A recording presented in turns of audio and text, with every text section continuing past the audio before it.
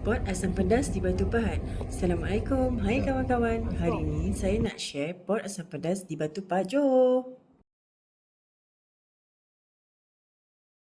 Warung ini terletak di Kuala Sungai Ayam, Batu Pahat. Jaraknya 14 km dengan bandar Batu Pahat dengan jarak perjalanan lebih kurang 22 minit.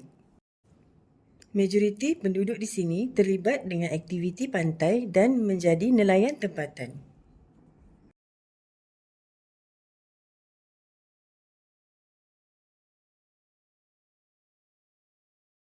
Warung ini diberi nama Asam Pedas Kak Nolik. Waktu perniagaan bermula jam 8 pagi hingga 2.30 petang.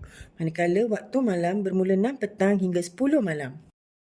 Tarikan utama warung ini adalah hasil lauk yang segar dimasak untuk pelanggan-pelanggan yang berkunjung di sini. Rasanya yang semestinya sedap dan membuka selera sesiapa sahaja yang berkunjung di sini. Terutama sekali asam pedas kepala ikan merah dan jenahak.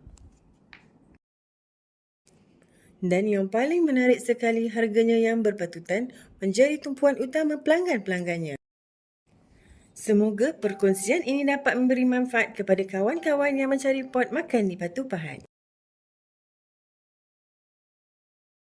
Kawan-kawan yang suka video ini, sila like, share dan subscribe. Terima kasih.